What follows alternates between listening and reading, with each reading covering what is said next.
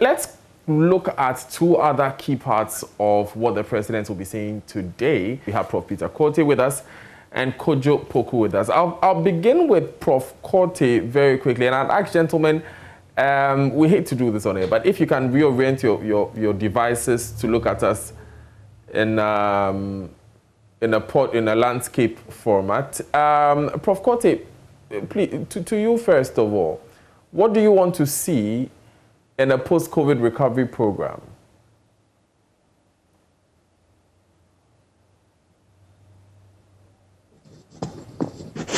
Please unmute your microphone. Hello. Right, you're on air, sir.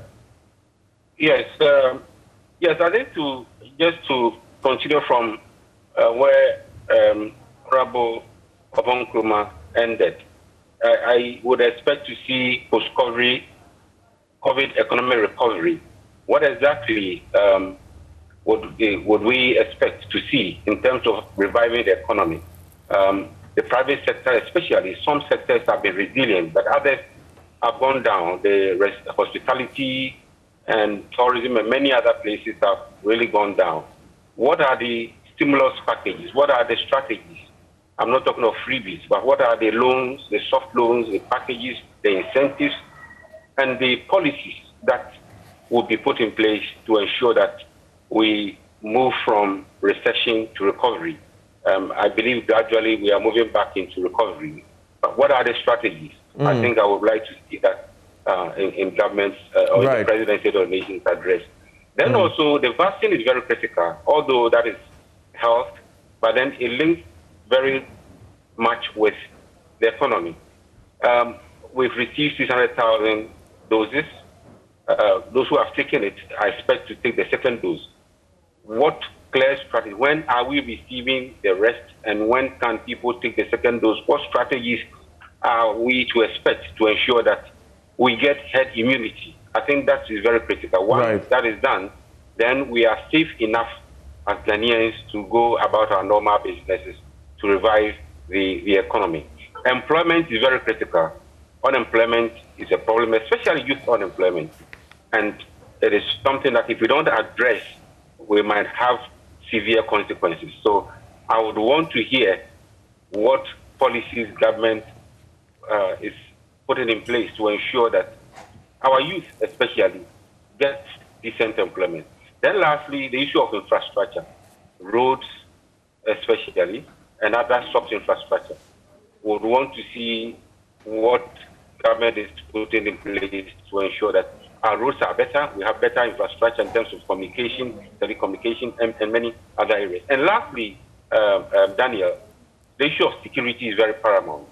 If you have a country that has good security, the economy is safe, the economy grows. There's been issues about insecurity in some areas. We want to see what measures are going to be put in place to ensure that people are able to go about their normal business, and so the businesses flourish, so they're able to employ more people, revive their businesses, provide livelihood to Ghanaians. I think those are some of the critical areas. The details, I believe, we'll find in the budget when it's read on the 13th of March. But the State of the Nation's address, I believe, is going to be general government policies that would ensure economic prosperity, that will ensure stability, that will ensure peace and security and growth and employment in our country. Okay. Prof. Korte, I will come back to you with a few more questions about particularly the support that you want to see being extended to the private sector. But let me also get a quick first word from Mr. Poku. The energy sector seemed to have stabilized largely over the past year, save the past few weeks. Mr. Poku, what's your expectation of the president? Well, good afternoon, and I hope you can hear me. Yes, loud and clear. Okay. I don't think the energy sector has stabilized. It's just that the media, has stopped talking about it. There are the challenges in the energy sector. It are still the challenges in the energy sector. Nothing has really stabilized. Yes, the indebtedness to the IPPs is being taken care of because now the cash waterfall mechanism has been put in place. So people get timely payment, unlike before when they have to stress to get paid. But in terms of the overall problem of the mounting indebtedness in the sector, that hasn't changed. We've currently seen some outages, which is not localized outages, but national outages, which is something that for the Institute for Energy Policy and Research, we put it out in the 2021 outlook that the next challenge that we are going to have in the energy sector is going to be for distribution and transmission. And clearly, that's what we have seen in the last couple of days. So the energy sector still has its challenges. Interesting, the way you put that. Would you then say that today the president must clearly provide a roadmap for navigating these issues? Well, I don't know. From the way my brother, Prof, said his expectations are accustomed to a certain recital in our State of the Nation and in budget. And it looks more like a template that is used. And every year, the State of the Nation and budget follows these templates. So yes, you would hear something about what government intends to do. When the budget is read, you hear something what government intends to do. But for me, what I look out for when I listen to some of these things is not what you intend to do, but if you intend to do it, how you intend to do it. Intention is good, but how you achieve that is very important. So the recital is good, but how you intend to achieve the recital for me is the key point. I'm glad you brought that up, really, because I want to go back to Prof with some of your thoughts. Prof, the House, and the first question I'll ask really is, with a cash-strapped economy the way we have, coming out of the entire COVID-19 pandemic, how do we expect to raise the funds to support the MSMEs the way that we have? I mean, I know that in more advanced economies like the United States, inflation has suddenly increased because they are printing money basically to fund their economic recovery programs. Do we have that luxury looking at fiscal responsibility rules and what have you? Well, you're very much right. There's the need to raise more revenue. And I've always said time and time and again that we don't have to overburden the existing taxpayers, but be more efficient in the way we collect our taxes. There are several areas where we haven't been efficient in collecting taxes. I can mention property rates. I can mention other non-tax revenue. So that's, for me, would be some of the areas where we need to raise more revenue. We also have to make tax payment more friendly and easy to pay. People could pay their taxes, assess their taxes, and pay online, like it's done in most advanced countries. It will make businesses ensure that businesses are tax compliant. But where you have to make the effort to go to a tax office and queue and spend about a day or half a day to pay your taxes, that also becomes the problem. So making our tax collection system efficient is one. And also, I've mentioned about the non-tax revenue. We have state-owned enterprises, quite a number of them. They are supposed to raise revenue for government, not rather become a drain on the national purse. So reviving such units to raise more revenue will be very, very critical. Right. The private sector fund, the CAP Plus from National Board for Small Scale Industries, I think we ought to pursue that area carefully. There was an attempt that they partner with some of the banks to ensure that the banks grant them grant businesses concessional. I think we should pursue that component and ensure that businesses are able to access loans at reasonable interest rates. We have credit guarantee schemes in the system. I think we can escalate that as well. So GESA for Agric, then also the credit guarantee scheme for other businesses. Right. Once your credit is guaranteed by an institution, 17% of your loan is guaranteed in case of default. Every bank would be willing to lend to you. And I think those are some of the house that will ensure that we are able to revive the private sector. Okay. The first part of what you were talking about, which was diversifying where we take taxes from, and aren't those issues a bit more structural issues that will take a lot more time? For instance, looking at non-tax revenue and changing how state-owned enterprises drain from government rather than give to government. Aren't those more structural issues that will take a while for us to reap the benefits from? I don't think so. We have there's an institution set up to look at that, and I believe that is what is needed to ensure that I think it's been in existence. There's been a law that the state governance and figure. The State Interest and Governance Agency. Figure, hello. Yes, the State Interest and Governance Agency. Yes. I think figure has been in existence for a while, and by now, the structures that we need to revive this units or businesses or state enterprises to ensure they contribute their quota should be in place by now. So I think it's something that we should pursue and get the maximum out of this unit. I don't think it should take too long to get them to be more profitable. Then also the other non-tax revenue. There are many lands, very valuable, pricey lands that I don't think we're paying the right kind of taxes, rental taxes. That's why they remain undeveloped. But if people were paying property taxes, you cannot keep fallow land around East Legon or Cantonments or other places. We should go out there and ensure that we use technology to assess property rates and tax people. And by so doing, we raise more revenue. We always talk about the informal sector. It's been like a mantra. We always say, let's broaden the tax base, let's bring the informal sector in. But what have we done? We need to register them. We need to get a database.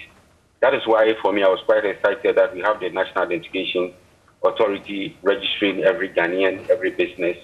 That is one of the first steps to do, to know where businesses are, where people are, what they do, what they earn. Then you can levy the appropriate tax. But of course, that should come with benefits. If I'm being taxed, then of course my refuse should be collected, my road should be fixed. If I'm being taxed, then it means police should be ready in case I'm having challenges. If I'm being taxed, it means fire service should be ready in case there is fire to come to my aid. So it's a give and take. Government can tax, but government should also ensure that the institutions that support businesses are ready to work. Interesting. Whilst you were talking about expectation of the citizenry, my mind went to the complaints about power supply, which brings me to you, Mr. Poku. If we are being taxed, then we surely must expect a stable power supply to our homes and offices, mustn't we?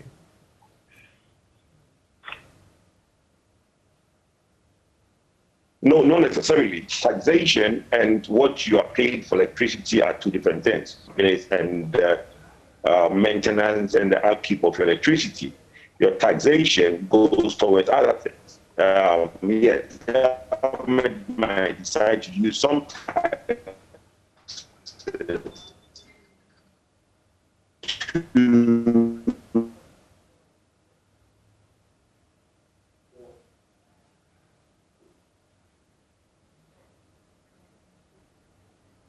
Okay. Unfortunately, the challenge seems to be with the quality of the internet connection coming in on that particular end of the call. Mr. Poku, we'll try and rectify that issue with Mr. Poku because we really want to hear from him. However, Prof. Kortey, before we wrap up the conversation, please hold on with us just a few more minutes. Let's hear the expectations that were shared by ordinary Ghanaians when we hit the streets, and then we wrap up this part of the conversation. Stay with us. As for the road from Watu to Tumu, it's terrible. So as a citizen of Tumu, I'll be very grateful if the president can work on the road network for us, because the road is no good. So business there is not equally good. And a lot of conditions are getting bad there. So I'll be very grateful if you can do something about the road. It has been on the drawing board for long. As for the road, especially from Upper West to Upper East, the Tumu through to Tumu to Bolga, it has been there for very long. Government they make efforts to do it, but at the end of the day, it becomes back to where it is. So we are pleading with him. That's a major road linking this one to another region. So we are pleading with them to take a look at it and do something very important about it. It's very urgent. The district hospitals are very important because our nursing mothers, pregnant women, our children, they are suffering. When it becomes critical, you see that a lot of lives are being lost. We have not seen anything in terms of infrastructure development, youth development, job employment, job opportunities for the young people, and so forth. So the president have more tasks upon him, more than the 4 years. He should try and work hard to leave a legacy for himself and for Ghana, but not for the political party and other things that they are thinking of. I think that would be a very good idea. If it becomes a metropolitan, it will increase jobs. There will be more creation of jobs in the region because more people will get to know the region more. Regional hospital has come to help the region very well because there were instances where they had to refer cases to Tamale and Kumasi. But then if more hospitals are built, like in the other towns surrounding Wa, it will reduce the weight of patients on the regional hospital, thereby giving more access to everybody, every citizen in the region. That's it. If you look at some of our districts, they are more bigger, like Wa West district and then Wa East. If you look at it, it's just a vast distance. The people, they suffer traveling to the district capital for, maybe let's assume, teachers for their distance. They suffer a lot. And those are the expectations of some residents of Wa in the Upper West region of the president as he addresses the nation at 1 p.m. today. Let's go back to Mr. Poku and get some of his thoughts. Now, you were making a very interesting point about how much you are taxed. It does not necessarily equal how much we pay for electricity. So the expectation of the Ghanaian cannot necessarily be for stable electricity if you are paying more in taxes. Well, I hope you can hear me. I've changed my location, so I'm thinking the network should be better. It's much better now. It's much better now. Okay, thank you. What you would see in terms of the point I was making earlier is the correlation you try to draw from people who paid their taxes expecting better electricity supply. And what I was trying to say is that what you pay for tariffs is what goes directly into how your electricity generation, how efficient, and how the maintenance is done within that sector. Yes, government being the 100% shareholder of these utility companies might decide to subvent and put some money from our taxes in there. But I wanted to say something quickly about what Prof said earlier, which is the recovery, the private sector recovery post-COVID pandemic. Most of the support we've heard government announce was to be done through the banks. The challenge that we have is not the banks giving the money, but is the Bank of Ghana laws that governs the lending of money. Most of our institutions, companies in this country are already over-leveraged with the banks. Now, a company that already has an overdraft or a loan with the bank, it said that to get COVID relief, you have to go through your banks to get these COVID reliefs. Bank of Ghana stipulates that unless you have 120% collateral, you cannot be extended any facility, credit facility.